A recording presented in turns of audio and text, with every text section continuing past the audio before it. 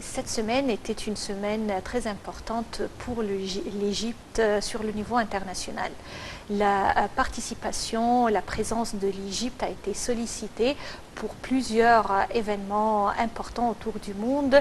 Le président Abdel Fattah el-Sisi était présent pour le sommet du G7 à Paris, puis pour une conférence importante sur le développement, la TICAD au Japon, puis avec plusieurs autres étapes comme une visite éclair au Koweït par exemple. Le président Sisi a multiplié les visites, les pourparlers avec les leaders du monde entier. L'Égypte était mise à l'honneur et également l'importance de l'Égypte, l'importance stratégique de l'Égypte a été mentionnée maintes fois. Afin de mieux analyser l'importance de ces participations de l'Égypte au cours de la semaine sur le niveau international par la présence de Monsieur le Président Abdel Fattah el-Sisi. Nous avons l'honneur d'appeler au téléphone Madame l'ambassadeur Wafa Bassim, ancien ministre adjoint des Affaires étrangères. Bonjour.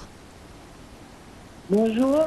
Votre Excellence, là, on parle de l'Égypte qui était présente par la présence du président Abdel Fattah el-Sisi dans des événements très importants autour du monde.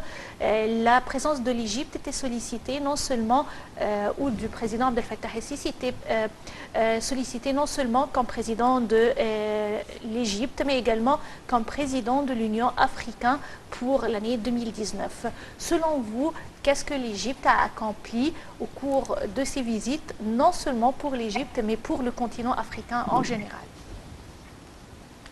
Les visites fréquentes et la tournée internationale qui a été faite par le président El-Sisi durant la semaine passée est une réflexion très claire de la politique étrangère égyptienne.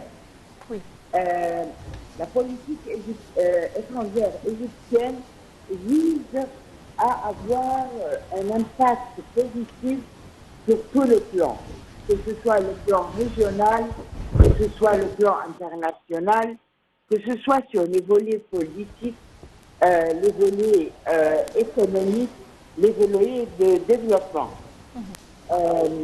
Dans ces visites, surtout cette semaine, et même si nous voyons des visiteurs en Égypte, comme j'ai dit, toute politique égyptienne nous montre à quel point l'Égypte est intéressée à participer dans les forums internationaux, régionaux, soit les forums politiques, comme le groupe des tests, qui a, disons, deux ailes, l'aile politique qui a discuté de l'immigration clandestine, le combat contre le terrorisme, ou l'aile économique et financière qui discute des crises mondiales sur le plan et de l'importance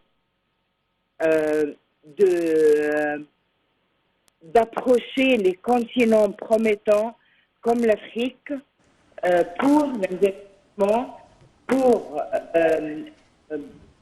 pousser en avant le commerce international. La même chose, et aussi, disons, le président qui a rencontré tous les chefs d'État des pays 7 les plus importants, dont la France et certainement les États-Unis, avec lesquels nous avons des relations politiques importantes, l'Allemagne et le Royaume-Uni. Oui. D'autre part, au Japon, c'était une autre façon. C'était toujours le rôle de l'Égypte comme pionnier régional, mais aussi comme président de l'Union africaine, Oui. Qui est devenue, l'Afrique est devenue le centre des politiques nationales et internationales de beaucoup de pays et de régions. Oui. Au TICAD, au Japon, à Yokohama, à côté du volet bilatérale de relations japonaises et égyptiennes, il y avait le projet développement de Oui. qui était donc la raison d'être de la conférence du CICAD dans la 7e. Oui. Madame Wafa Bassim, Votre Excellence, ancien ministre adjoint des Affaires étrangères, je vous remercie infiniment pour ces explications. Et c'est ainsi qu'on arrive au terme de notre édition aujourd'hui de Bonjour l'Égypte. Oui, une édition bien chargée. On a parlé sport, on a parlé tourisme et on a parlé politique. C'est vrai, passez d'excellents moments avec la suite de nos programmes sur la LTV International. Au revoir.